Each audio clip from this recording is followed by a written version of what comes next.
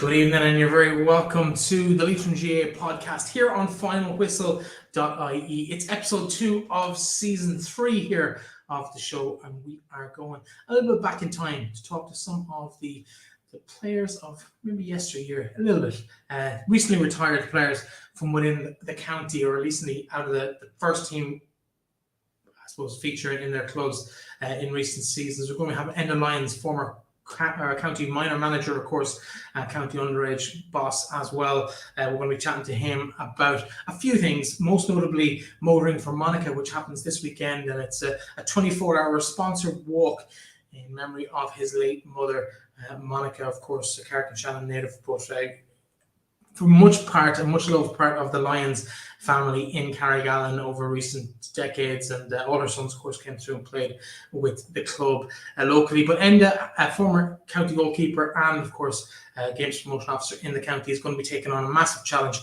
over the weekend, where he walks for 24 hours solid around the field in Carrigallen. We're going to be chatting to him about his time in the Carrigallen and Leitrim jersey, about motoring for Monica, and maybe touching on how he's getting on with Rathcline as their boss in Longford this season. He'll be coming up in just a few moments. But later on in the show, we'll also be taking a look at one of the things that's kept hundreds, if not thousands of us entertained over the last few weeks of blisteringly nice weather. The Cumann mBunscoil finals have been pride of place, as they always are this time of year in the Leitrim GAA calendar, and they will be looking with their chairman, Ciaran Kennedy, a former winner of Leitrim Senior Champion himself, of course, with Mohill. We'll be chatting to him. He's the chairman of that particular organisation. He's also coach of and teacher in Mohill National School, who had a bit of silverware this week themselves. We'll hear more about all of that later on in the programme. We'll also be taking a look at everything happening in the club scene around the county. We'll look at the results and the upcoming fixtures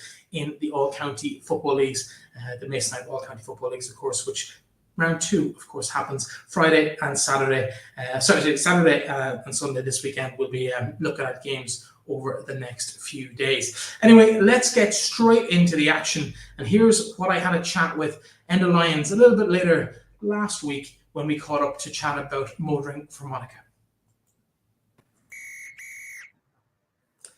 Now I'm joined by Enda Lyons to chat about a few things. We're going to talk about a very cool event that he's involved in this weekend, a nice charity event in memory of his mother, Monica. We'll be chatting about motoring for Monica very, very shortly. But first, Enda, a familiar face to everybody in the county involved with Gaelic games, of course. As a player, as a coach, you've been involved in a lot of good things and positive things up and down the county. Some of the primary school age kids might even recognise you from your time as is it a GDA, GPA? What do they call it now? Yeah, I was performance GDA with Leitrim for 4 years. Great times, actually. It's funny, you get to know all the kids, and it's funny you meet them now and they still know you. Remember, the cool camps is the big thing. That was the big driver. It was great times back then, you know. Well, you're welcome to the show. It's not the first time we've had you on, but the first time we've had you on in this kind of a bit more formal interview setting. So thanks for joining us. And of course, yeah. Thanks very much for having me on. It's great. We're just talking off camera. It's like old times. We're missing about back in the day when we were playing and stuff like that as well. It's great. Thanks very much for having me. Yeah, the two of Leitrim's best ever goalkeepers. But between us, we have one Connacht Minor Championship medal. What's that about? Yeah, I don't know. It's very disappointing, you know. My inter-county career lasted less than one of your training sessions, I'd imagine. So very different trajectories to our football careers. I'll never get accused of being in any way, shape, or form a decent goalkeeper. But let's move on anyway. Talk more about yourself. Obviously, one of Leitrim's stalwarts through the noughties more so than anything else. Carrigallen clubman as well. Let's talk about. I touched on it briefly there in the intro. Is the minor championship medal in 1998. I suppose I was a good vintage for it. I was just the year behind you in terms of age grades. So we all would have been following that. The whole county really got involved in that. Of course, it was Tyrone were the final hurdle that we didn't quite get across just after the Oma bombing as well. It had a whole load of subplots going on in that as well. What are your memories now looking back at 1998 and that minor championship victory? To be honest, it was a fantastic summer of football, Brittany. That year, like, we played Galway over in Tuam, and like Pat Pryor and Aidan Keller, and God rest him, Frank Rooney was over us that time, and kind of nobody gave us a chance that day. I think we were 9 points down with about, I think, 8 or 9 minutes to go. Or could have been 8 points, and we scored 9 points. And I remember a rabbit fella who was kind of the big thing coming through in Connacht football from Galway, and he missed a 14-yard free, and then myself and Michael McGuinness turned around and looked at each other. We couldn't believe it that we actually had come back and won that game. And then we played Sligo in an absolutely horrendous conditions in Tuam. It was a gale force win, and talk about, I think we only scored maybe a point or 2 points at half time against the wind, and then we had it, and then we kind of just got across the board. And then we obviously got to Croke Park, and kind of a week to 10 days before we actually were supposed to play, we didn't know actually whether we were going to get to Croke Park or not because of the Omagh bombing. So it was kind of all over, up and down. Like at the time, we were kind of been probably very selfish in our own mind that we were worried about us getting to play in Croke Park. And unfortunately, at that time, there was a lot of them players, Cormac McAnally and Stephen O'Neill, McGuigan's, all them boys, Kevin Hughes, were all kind of draped behind coffins with friends of theirs as well. So it was a very different time. But at the same time, memories I'll never forget. And kind of at the end of the match that day against Galway, to have all the Galway fans cheering on for us was fantastic, and something I'll never ever forget. And obviously a medal that I'll treasure forever. Yeah, because it's one of those things that we were relatively competitive at underage levels in the county, but actually making that breakthrough, finishing out games, finishing out championships. We've only ever won 2 minor championships in the history of the grade. It's a rare enough event. Yeah, absolutely. And to be fair, we scraped through with the both results, but we kind of had a very good league campaign that year. We drew at Galway, I think, in Pairc Sean, and we kind of pushed Mayo, and we beat Sligo by a point. So like we were very competitive in the league. So, but that time we had a fantastic team. Like you had Seamus Maguire, Michael McGuinness, and John McKeown as your full back line. You then had Philip Charles, Barry McKiernan, you had Shane Canning, you had Gary McCluskey, you had, in my opinion, probably one of the best footballers that never made the grade was Donal O'Callaghan from Manor Hamilton. He was an unbelievable player. Michael Degnan was playing, you had John McGuinness, you had Paul McGreevy, you had Barry Crowe. Like, you had really, really good players back then that kind of all went on. Some actually had unbelievable stellar careers for Leitrim. And at one stage, I would probably 8 or 9 years was probably the best full back line in Connacht, if not with John and Michael there as well. So it's kind of one of those things where we just a very good group of players, and Pat Pryor and Aidan and Frank always got the best out of us. And again, it was great memories, great friends. We'll always have, and memories we'll always treasure forever, you know. Yeah, I think the early Alzheimer's is setting in there. I think it might have been David Crowe rather than Barry that was part of that. David Crowe, right. But in terms of the kind of those players, and you mentioned names, they're dotted across Leitrim GAA for the last 20 years. Some of them even still playing. John McKeown came on as a sub for Drumreilly at the weekend. Are you still playing yourself? What's your involvement? No, I'm not playing. I kind of stepped back last year really from playing, and I'm kind of staying away from it now, dipping my toe into the over 40s and odd time whenever I'm available. So, but no, kind of stepping away from it now. I had a bit of an issue with my hip for a while. So father time just takes up. Listen, I still think I can play, but my body says otherwise. But I still go out and support the boys. And it's great to win the junior championship last year for the boys to come up. Like, it was very important to get straight back up and get back at it. And they had a fantastic result at the weekend as well against a very strong Alan Gales team. So it's a good start with a very, very young panel of players. I think there was 5 boys that came up from under 17, all got game time at the weekend, which is huge for the club, because that's a foundation for us to go forward as well, you know. Yeah, you're involved this year. You've been well established with Leitrim county teams and club teams through the last decade or so, but you're with Rathcline in Longford this season. How's that going? Yeah, so far so good. It's been great. The club have been very good to me. We've played 6 league games. We've been very lucky. We won 5 and drawn 1, so things are going quite well now. So, but again, it's kind of very early in the season, because we haven't played any teams with county players. We've 2 of the boys, Ira and Oran, are both playing for Longford, which will give us a huge boost when we come back, or a huge boost when they come back from playing with Longford. And they had a massive weekend result as well. So listen, it's very different. It's very much a 4-year orientated game in Longford. Some really, really good players over there, and the quality of football is excellent, with some excellent club teams like Kilo, Mullinochta, Culumkill won the championship, Tramard, Longford Slashers. You have a lot of very, very strong teams playing over there. So it's great to see a different side of the game being played than where kind of you get used to being in Leitrim. But it's great to see a slightly different side over in Longford, you know. Well, you've kind of preempted my next question, which is we see a lot of outside the county managers coming into clubs here. We very rarely actually have Leitrim people who are involved with teams outside the county on the show. What for you has been the biggest learning? Like, were you aware of the intricacies of the kind of club championship just by virtue of, I suppose, where you live on the border there?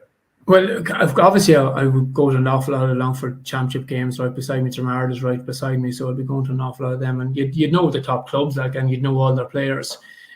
So it's slightly different when you're actually trying to plan against them. The currently Rathcline are in Division 2. They were relegated last year.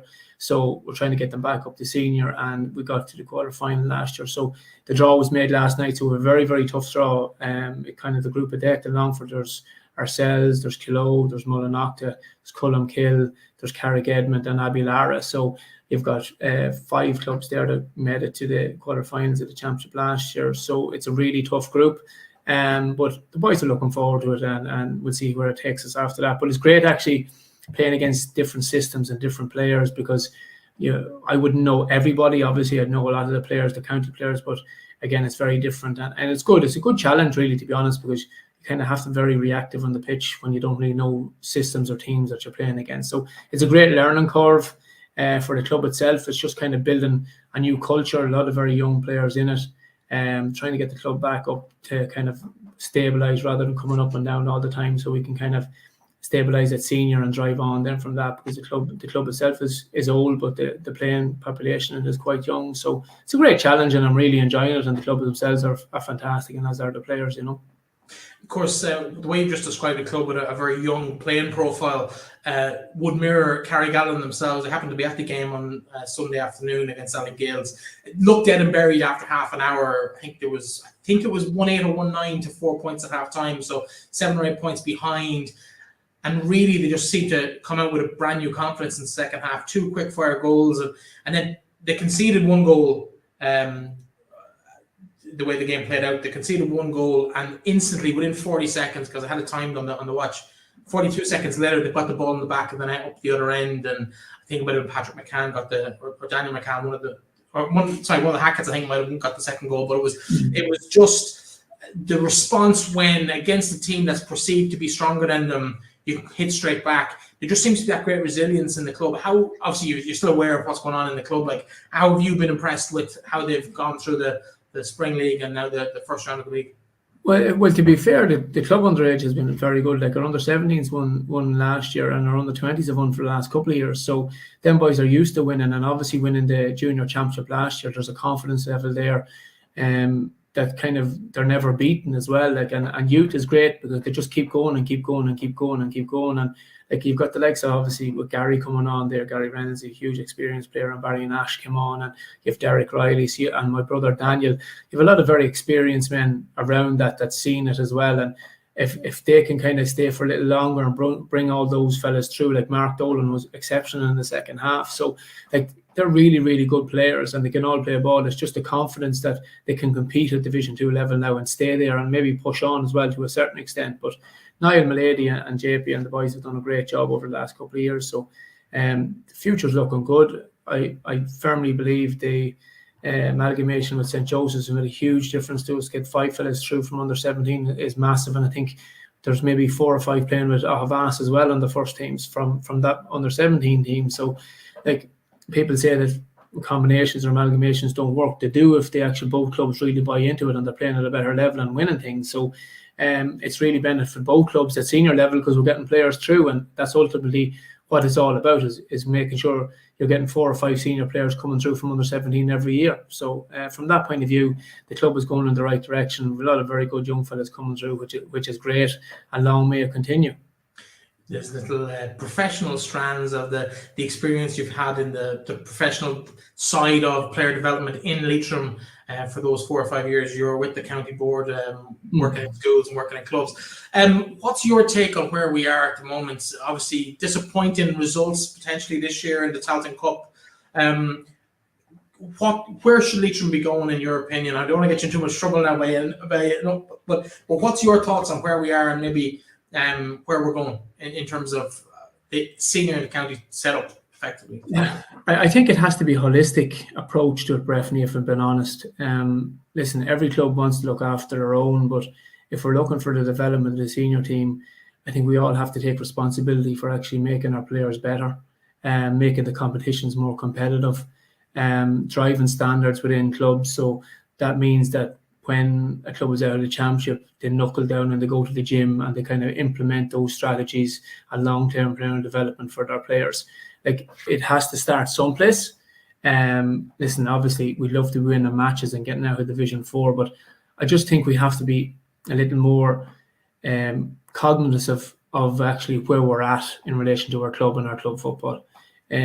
Personally, when I was there working for Leitrim, we tried to we've developed a plan, myself, Sean and Stephen and Thomas at the time, to try and work really on the Kerry model at underage, where we've got you've got your individual club championship, then you've got your county championship, and then you've got your regional championships as well. We'll make them as competitive as you can, because you need to be playing competitive football at a good level to bring players on. That's ultimately where we have to be. It doesn't make a difference at what level that is. If, for example, like I think Carrick, St Mary's won under 13, under 15, under 17, under 20 and senior last year, and lucky enough Carrigallen beat them in the junior. That's not good, because teams need to be up against them, and Carrick need to be pushed as well, because we have to bring everybody across the line. Like, that's not blaming anybody or not looking at anybody, but we just have to look at a whole holistic thing across the board in developing our players and putting professional standards in clubs where they've got their long-term athletic development plans in place, their skill development in place. And if clubs start there, obviously, we have to start from the bottom up. And that's why we can't start from the top down, because from the top down, it's not going to really work, to be honest. Well, we've tried the top-down approach for a long time, and it hasn't quite kicked in for us just yet. You mentioned family. Obviously, your brother played for Carrigallen the other evening. He's getting on as well at this stage. He's no more than yourself. I'm sure retirement is coming at some point. But family is very important across all strands of the GAA. And unfortunately for you and your family, the Lyons family lost their matriarch last year. Tell us a bit about your mum and what you're getting up to over the weekend in her memory. Yeah, like obviously, Mum is originally from Carrick and Shannon. She's McQueenie. Mohill McQueenie would be my first cousin, and so there'll be a history of football there across the board. She was obviously hugely supportive for me and my career, along with my dad. She would have went to matches. She's snippets. We're looking back at old stuff that played at under 12 and under 14, all the snippets in the papers, the stuff I actually didn't realise she had. So her death was a massive shock to the whole family on the 11th of May last year. She wasn't sick. She was in really good form, and unfortunately she just took a massive heart attack and never came out of it. So from my own point of view, I have to say, we talk about the GAA community, the club and the community of Carrigallen were absolutely unbelievable around that time. The support they gave myself, my father, Dermot, Daniel and Colette, and the overall family was just unbelievable and amazing, and we can't thank them enough for everything they've done. So for me, I'm actually doing it's a bit of a challenge really as well, more than anything else. I'm actually walking for 24 hours non-stop. Well, obviously if the loo take precedence, that's going to have to take over, but apart from that, I'll be walking from the walk is starting on the Saturday, the bank holiday weekend at 10 a.m. and finishing on Sunday at 10 a.m. At Carrigallen GAA. I'll be walking around the track around that for a full 24 hours, and we're just looking to raise as much money as we can. Obviously, the hashtag is Motoring for Monica, and it's in aid of the Irish Heart Foundation, because unfortunately it's a silent killer. I think it's 34% of the population at the moment is dying from heart condition or stroke. So it's just to highlight that as well, and kind of mentally push myself a bit further. It's a challenge, when you're not playing football as more, you need to have something to aim for. So that's the plan, Anya. And what I'd say is that the support so far has been unbelievable from everybody. A lot of the clubs have been in touch. I want to thank everybody that donated. The generosity around the GAA and around the local community, again, I can't emphasize that enough, has been unbelievable. And like I said, everybody is welcome at any time. Come have a bit of food. There's going to be tea there as well, and come for a walk with me. So you can either do 5 minutes, or you can do 5 hours, or do 15 hours. It's up to yourself. You're more than welcome. And again, I'd like to thank you for highlighting it as well, Breffney, and also the clubs that have actually retweeted and posted as well. It's very much appreciated from all the Lions family, and especially from myself. Have any of the rest of the family signed up to join you? Have you shamed them into? It's a big challenge. 24 hours walking, your shins are not going to thank you for that. No, they're not. But at the same time, there's no point in doing it unless you're actually going to push yourself. It's always been, we have always kind of wanted to be the best I can be at anything I try to do. So this is no different. People have said I'm a bit mad. I was always told I was a bit mad playing in goals anyway, so there's nothing changed with that, Breffney, really.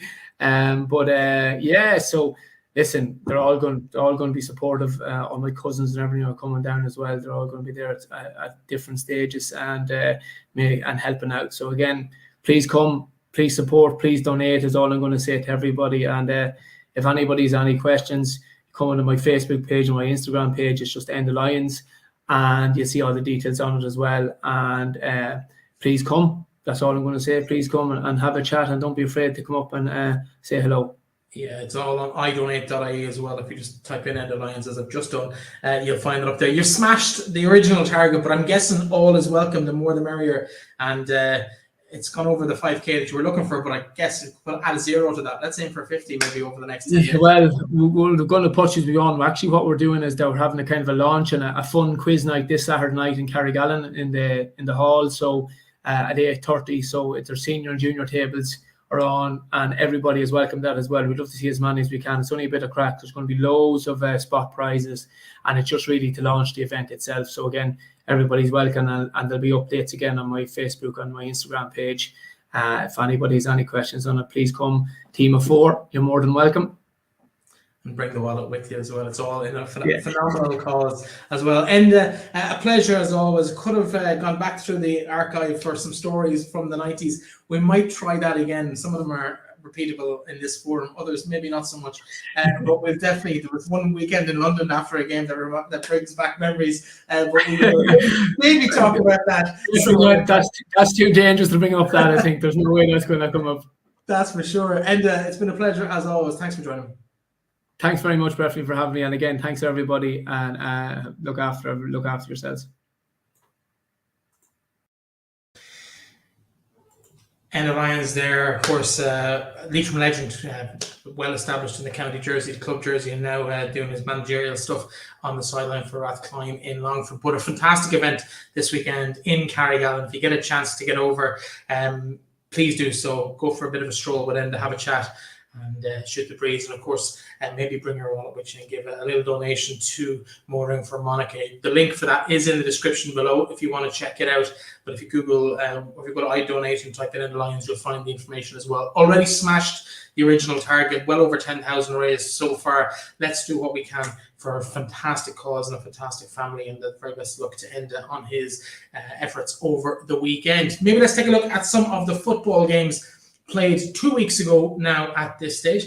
I'm just going to bring up the results from 2 weeks ago. And if you bear with me 1 second, you see the results in Division 1 of the Masonite All-County Football League. Knocknaheal won 9, Mohill won 15, Mohill won 9, Leitrim GAA's 2-13, St Mary's Kiltara 2-16, Ballinamore Shauna Heslins 2-11, Fina St Collins 2-9, and Glencarmana Hamilton 3-11. And of course, this weekend they are the fixtures ahead of us. Ballinamore face Glencarmana Hamilton, while St Mary's entertain Fina. Of course, they served up a phenomenal game in the championship last year. Went to penalties, only separated by those penalties in the end. But can Fina claim a scalp? St Mary's have been motoring nicely this year, as we heard last day out from James McGrail as he joined us on the first episode of this season. Mohill play Leitrim GAA and the other semi-finalists from the last 2 years, who's going to come out top of that particular clash on Saturday evening as well. And Knocknaheal play host to Mohill. And a couple of other bits and pieces around those games. Top scorers in the original fixtures. Reardon O'Rourke top scored 10 points for him, 1-7 in total in his side's victory on the opening day of the season. Might actually be a victory, usually defeat. Apologies. Donnacha Devaney 2-3 to his credit. Luke Murphy and Conor Dolan 1-5 apiece while Stephen Goldrick and Ronan Gordon tipped the scales with 7 points each in their games. 1-3 for Shane Moran and Ronan Kennedy, two, I suppose, now former county players who came in. All the details of all those games now available on finalwhistle.ie. No clean sheets in the division. Interestingly enough, none of the 8 goalkeepers managed to keep clean sheets, but that's the league table for you from Division 1. Again, all of these live on finalwhistle.ie, and of course the Leitrim GAA our website as well has all the up-to-date scores and league tables there too. If we take a stroll right over quickly to Division 2 of the competition, we'll just take a quick look at the results from their first round. Played in the first Friday night, Ballinaglara versus St. Pat's Dromahair, 13 points to 8 victory for the home side. In that game, Havas had a very good victory over Melvin Gales, 3-12 to 112. While Anaduff 1-9, Kiltubert 1-9 was a draw, and a draw also in a highly entertaining game in Allen Gales when they played host to Carrigallen. A massive second half comeback from Carrigallen saw them share the spoils there. Melvin Gales, it says, did have a stag weekend that weekend, missing a lot of first team regulars, but Havas took advantage to win by those 2 goals, and they topped the table. Melvin Gales propping up the table. Will that be the case at the end of the season? I doubt it, but plenty of action still to be played there as well. If we look at the top scorers in that competition as well, we'll see Paul Simpson and Derek Riley 1-4 apiece, with Darren Short and Niall McCabe scoring 1-3, Enda McGuire with 6 points, and a couple of players there, Sean McNabola, Ciaran McNamara of Allen Gales, and Gary Fowley of Dromahair, all of them on 5 points. Some interesting performances in that grade as well. 2 clean sheets to talk about. Fergal Gilmartin and Pairc Flanagan keeping shutouts in their first games of the season. We'll move it down to Division 3 of the All-County Football League. And we'll just wait for the fixtures to pop up here. Bornacoola and Estlin, big win for Bornacoola, 4-8 to 9 points. Gortletra 2-17, Clune 1-4, Drumkieran 3-8, Drumreilly 1-10. And this weekend sees 3 games, all at different times, staggered through Saturday evening. Drumreilly host Gortletra in what will be a fairly tight local derby there. Estlin and Drumkieran, while Glenfarne and Kilty Clogher finally get their season up and running. The last club in the county to get their first team in action. They take place against Bornacoola. That game taking place in Black Lion this weekend. So 5 o'clock, 6 o'clock and 7 o'clock on Saturday evening. Top scorers in this grade from the first round of games. Damien Moore, 9 points, 2-3 to his tally in the opening day victory for them. Nigel Maguire, 7 points for Drumreilly, while David Feeney is back on 6, 1-3 in total. Few on 5 there. Francis Flynn, Colin McCauley, of course, free takers on their day, 5 points for each of them, while Colin McNamara of Clune chipped in with 1-2, Ronan Mulligan and Jamie Quinn scoring 1-1 apiece. I think there was a couple of clean sheets in this division as well. Daniel Farrell of Bornacoola managed to keep a shutout. So clean sheets few and far between in all divisions last weekend, the weekend before last, the first round of games, and that is the league table as it stands. Gortletra top the table from Bornacoola, with Drumkieran just behind, all of course on scoring difference. So plenty of action in the opening round of the games. Full rounds of fixtures. We might run through some of the fixtures later on in the show. I want to give a shout out to some of the people who make this show possible. Of course, thanks to Leitrim GAA, who do this in partnership with, and they're very grateful for their support.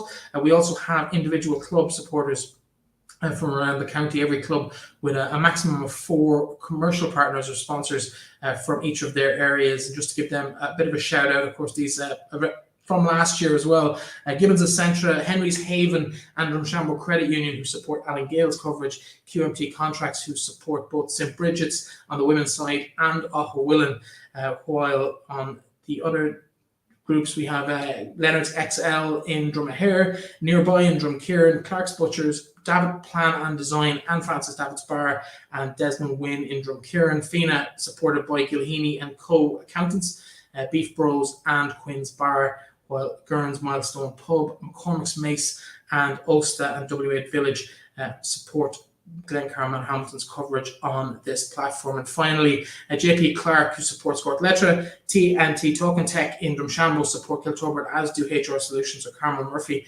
while Leitrim GAA supported by the Barrage Steakhouse, McCormick's Mace and Julio's Takeaway. Berry and Brew and Spirit on board to support Mohill for the season, as well as Ivan Keeney, The Hive and Flynn's and Sliced Pizza, who support our coverage of St. Mary's, Carrick and Shannon. If you're interested in getting involved and helping out at our coverage of what we do here, bringing your games to you on a weekly basis, both here on the podcast and via the website and all of the little things, Team of the Week, our commentaries, please do get in touch. Just hit us up on our socials. We'd be more than happy to talk to you about how you can help us out in that respect. Moving on again, I had the pleasure of yesterday evening spending a few hours in the sunshine in Pairc Sean MacDiarmada, watching the stars of the future take to the field and show us what they have to offer. Some entertaining games, some controversy, of course, but most of all, lots of fun and just laughter in the sunshine of primary school kids just having a ball with their friends, playing games in the sun. I spoke afterwards last night to Ciaran Kennedy, who is the chairman, former Mohill footballer, and of course manager of St. Michael's in North Roscommon at the moment as well. I spoke to him about his role as the chairman of Cumann and mBunscoil, and really what role Cumann and mBunscoil fills in the wider Gaelic games community here in County Leitrim. Here's what we chatted about last night. So as I mentioned, lovely evening out in Pairc Sean yesterday evening at one of the Cumann and mBunscoil finals, and I'm delighted to be joined by the chairperson of Leitrim's Cumann and mBunscoil committee, Ciaran Kennedy. Ciaran, you're very welcome to the show.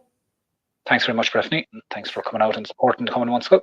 No, it was my pleasure. I got dragged out by the next generation. My nephew put in a call and said he wanted to go and support his team or his classmates in the game, so I took a little wander in. I didn't even realise what was happening, to be honest, until very late yesterday evening. Went in, lovely sunshine, great night for a game of football. It was a girls' game and then followed quickly by a boys' game, but two entertaining games and a lovely advert for, I suppose, youngsters playing Gaelic games in the county.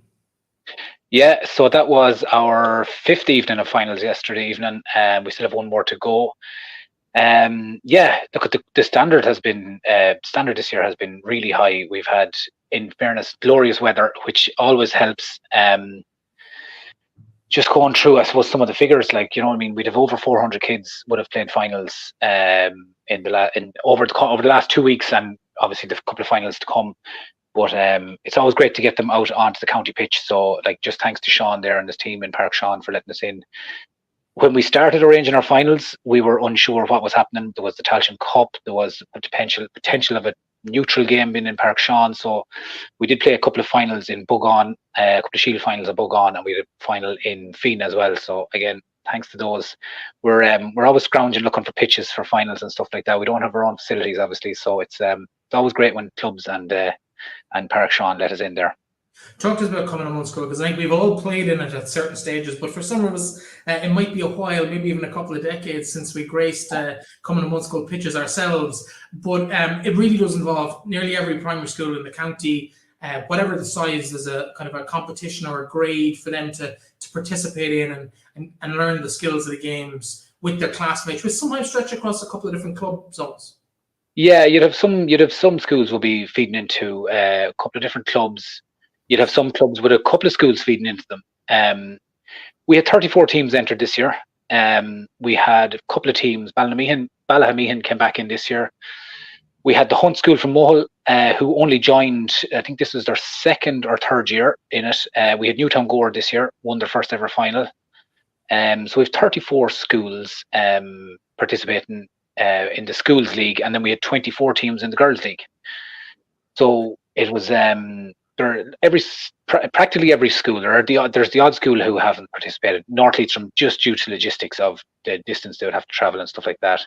But and actually St. Clair's, Manor Hamilton, back involved in the last couple of years as well. So it's great to see them back playing. Well, it's great to see any kids out playing any games, really, but particularly, I suppose, from the point of view of this programme, Gaelic games. The games this evening, you had a bit of a dual role. You weren't just the chairman of the county committee for Cumann and mBunscoil. You were coaching one of the teams yourself. Your own primary school, Auckland, took away the girls' title. Yeah, the girls won their Shield final this evening. They beat Clune by 5 points in the end. And our boys actually won last week. They beat Dowra. We beat Dowra by 5 points as well, I think, in the Boys Shield Division 3. So we've had a successful year. Successful year. Bornacoola also did the double with their boys and girls. Declan Bohan there in his final hurrah with Bornacoola won the 24 games with the school this year, both mini sevens and school leagues, and won all 24. So they did a clean sweep of mini sevens and leagues, which was a remarkable achievement for a school.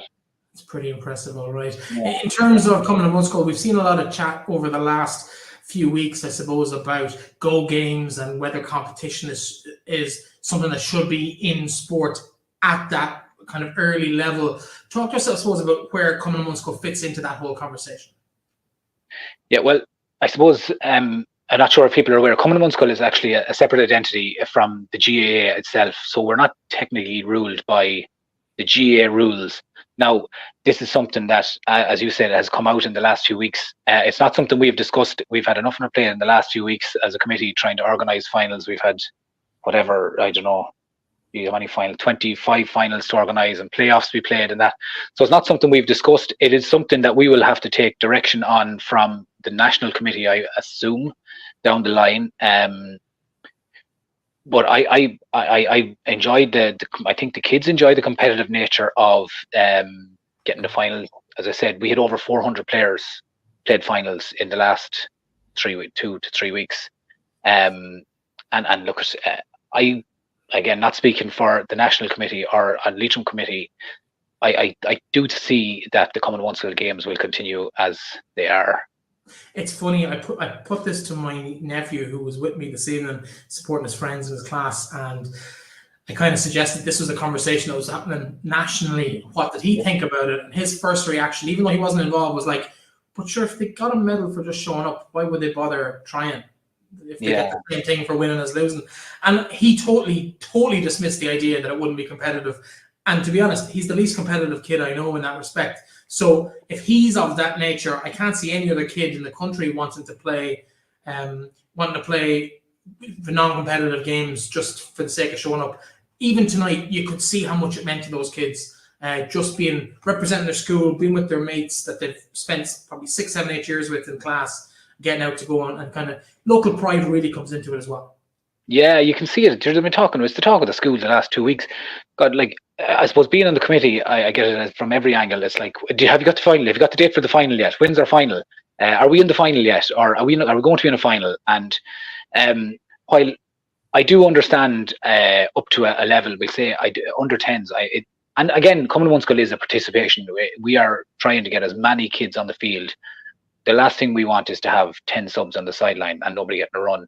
That's why, as you said earlier, there are separate divisions for, we had 2 5-a-sides, we have 2 7-a-sides, we had an 11-a-side.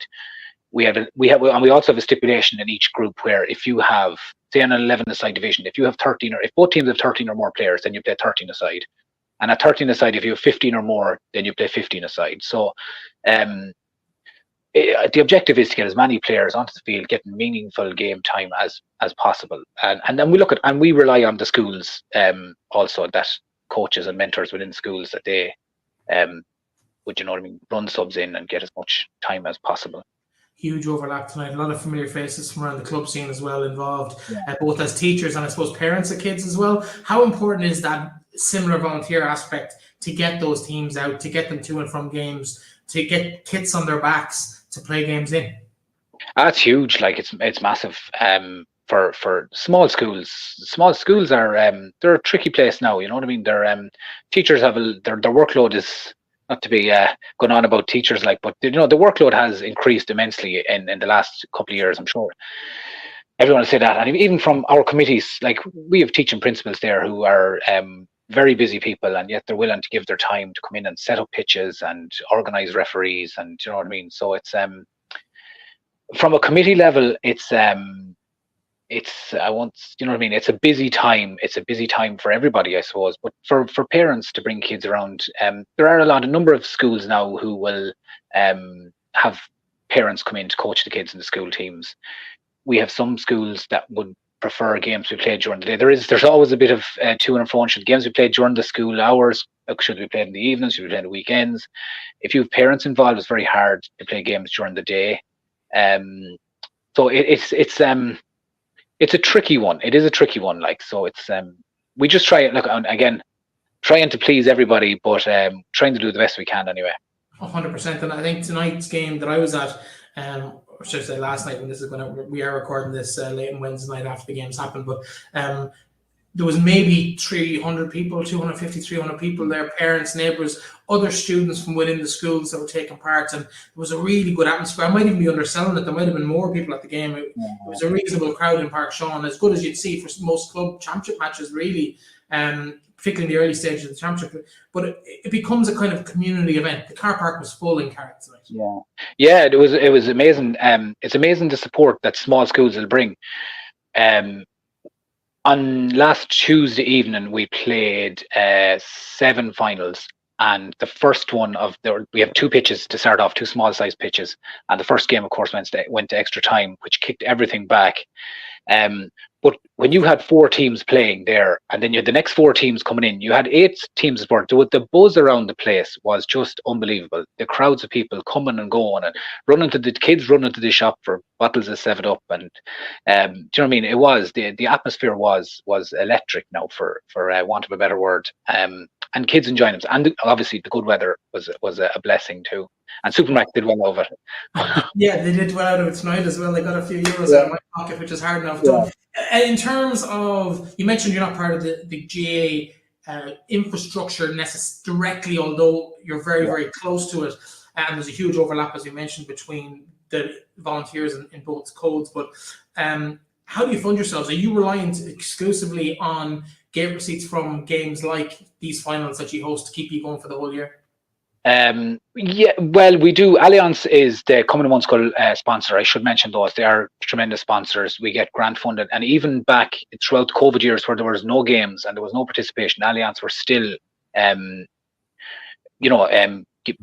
feeding their money in or pumping the money in, whatever way you want to talk it. You'll see the Cumann and mBunscoil ads for the Allianz ads. They've been sponsoring it for a number of years now. We get grant funded from those. We get a grant from the National Committee, and then our gate receipts covers expenses for referees, medals, stuff like that. To be honest, that's really our only expenses that we have throughout the year. We have a table quiz, which takes place in the first term. So before Halloween, I think we did this year in the Mayflower. Then we have our mini sevens, which takes place. It used to be always in the first term, but with weather and pitches in September and October, we pushed it off. We played it around Easter time this year, when the weather wasn't much better. But anyway, so they're the main activities. There's the Cumann and mBunscoil quiz, there's the mini sevens, there is the school league and the girls league. We're also responsible for selecting kids. Now, we didn't have unfortunately the opportunity this year. We would have exhibition games prior to Leitrim championship games, which didn't happen this year. And then we would also have responsibility for selecting kids to go to play in exhibition games in Croke Park, which is another. It's a nice little token for the kids towards the end of the year when that happens. In terms of yourself, of course, people are well familiar with you from the sidelines and playing with Mohill over the years. Involved with Eamon O'Hara there in Mohill last year. Not so this year. You've moved a little bit west across the Shannon to St. Michael's. How's it going for you in Roscommon? A bit of a different experience in a different county? It's certainly different over there.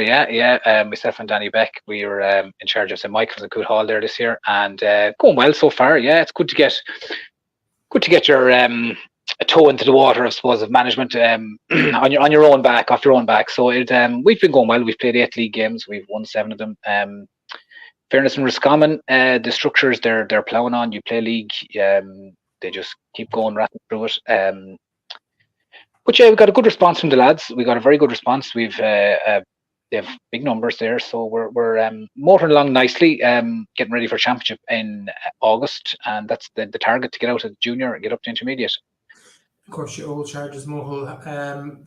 They won the first league game of the season. Played, of course, without county players. 10 days ago, or almost 2 weeks ago now. How do you think they're faring out this year? Have you kept an eye on them? Do you know what? I haven't. The last few weeks have just been mental. We have a new baby in the house, 4 months old, and between Cumann and mBunscoil girls games with our own school and boys games with our own school and finals and training in St. Michael's, I haven't been to any of the matches yet. Now, actually, that's a lie. I did go down to see the first half of the FINA game in the Spring League, but I spent it in the playground.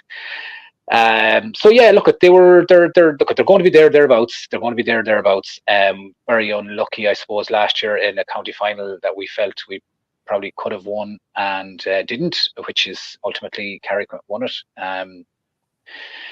Which was disappointing. But look, there's quality footballers in that panel of players, and they've got a massive influx of minors this year. A load of lads come up that are all, we'll say, footballers. You know, they're all going to add to, if not the team, certainly the panel, and you can see it from results with the second team. 20 goals or 10 goals and 20 points or something last weekend against Carrigallen. So yeah, look, there's certainly quality there. But look, there's lots of teams there. Yeah, so Carrick, Leitrim Gales, Bina, Mohill and Manor Hamilton coming back again. You know, there's going to be it's going to be competitive when you get towards the latter stage of it, as it always is. They're hard won. What's your own expectations of the championship in Leitrim? I suppose as a semi-neutral. Now, can you look past Mohill, or are they always a little bit green tinted? Well, as a Mohill man, you'd always hope to, you'd always like to see them getting back up those steps again. It's been a while. It's been two finals in a row we've lost. But as the coach of the FINA under sevens, I suppose I'll probably have to put in a word for FINA there as well, seeing as I'm living practically in the parish. But I know, look, it's with, I suppose, Joe and Tommy McCormack, who Tommy would have trained us in 06 when we won it, so they won't be far away this year. Tommy and Joe will have those boys hopping off the ground. So look, I expect come quarterfinals, semi-finals, any team is capable of beating the other on their given day, as is proven in semi-finals and finals last year. With penalties, anything can happen, you know. So, but I would certainly hope, given the quality of player that's in Mohill, if they all stick at it, that they'll be there or thereabouts. To bring it back full circle, Cumann mBunscoil not quite finished the season just yet. A handful of finals still to be played. They're also going to be played after we broadcast this on Thursday. So, do you have any firm dates on that, or if people just want to go on and soak up a bit of atmosphere at a really fun day out? No, nothing firmed up. There's a playoff. There's a playoff in Division 1 tomorrow. Tomorrow Friday. To see who plays in a Shield final. So once we get a confirmed fixture on that, there's just so much football at the minute. There's under 13 games on Mondays and Thursdays. The girls play on Wednesdays, so we're always juggling to try and fit in. But if anybody is interested, if you go to our Twitter page, Declan Bones, our PRO, and like if you go to that Twitter page, all the information is up there. There will be pictures from all finals. All the teams' photos are up there, winning teams, and it's at CNMB Leitrim. So anybody who's on Twitter, jump on there and give them a like. Declan does great work there, as always. And just another point I forgot to mention, we have our Fair Play Awards as well. So every year, each school gets an end of year form and they fill in a team from their division who they vote for on the Fair Play, and they will be announced after all our finals. We used to have a ceremony where we present them. That hasn't happened since COVID. Hasn't been planned for just yet. Every schools are so busy this time of year with confirmations and school tours and everything going on. It's very hard to get a date. So we will announce them, and we'll either get them delivered or posted out to the schools, or we will have an evening where we can present them. Excellent. Well, listen, Ciaran, as I said, lovely day out this evening. The weather fabulous. The football was great crack. The atmosphere, as you mentioned, particularly in after that last water break in the lads' game, just buzzing, only a point or two between the teams for most of the game, and really, really exciting evenings of youngsters playing football, which is always refreshing from maybe the cut and thrust of the adult game. It's nice to kind of get back and just see kids enjoying it for the sake of enjoying it. Thanks so much for joining us. The best of luck with St. Michael's this year, and I'm sure we'll be chatting to you later in the season as well.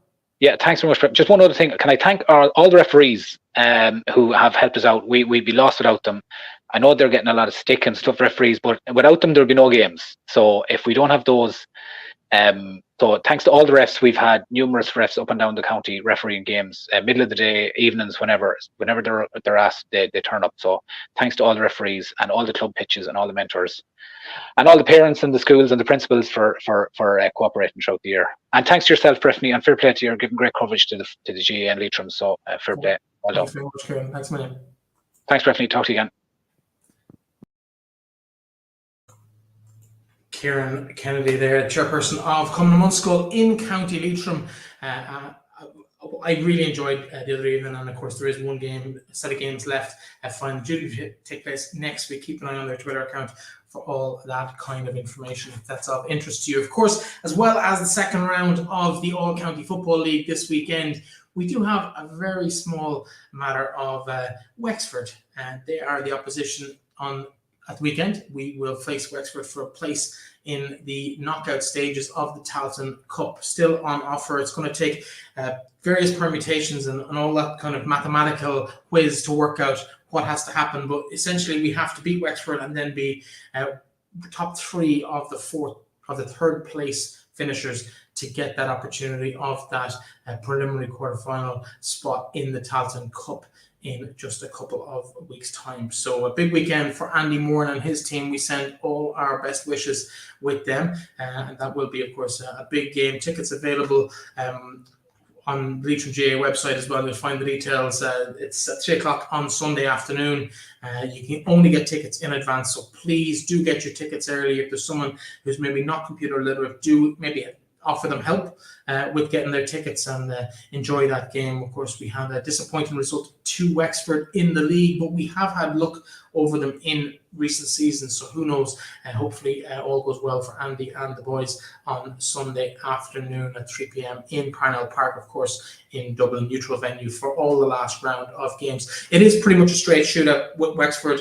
Both teams haven't been beaten in their opening games. I think Wexford got a draw against Fermanagh, so we do need to beat Wexford. We do that, we finish third in the group, and then it's down to how other groups fare as to whether we will be possibly third or fourth best team. So it's 50-50 in terms of that. So here's hoping all works out, and we're looking forward to a knockout stage of that competition for the second year in a row. It's no less than the lads deserve. So hopefully the results go their way at the weekend. That is it from us this week. Thank you so much for joining us. It's been a massive crowd here for the last time. Actually, just checking the comments here. We did get a question in from Paul O'Regan. What's Enda's opinion on huge score differences at times in youth football in Leitrim GAA results?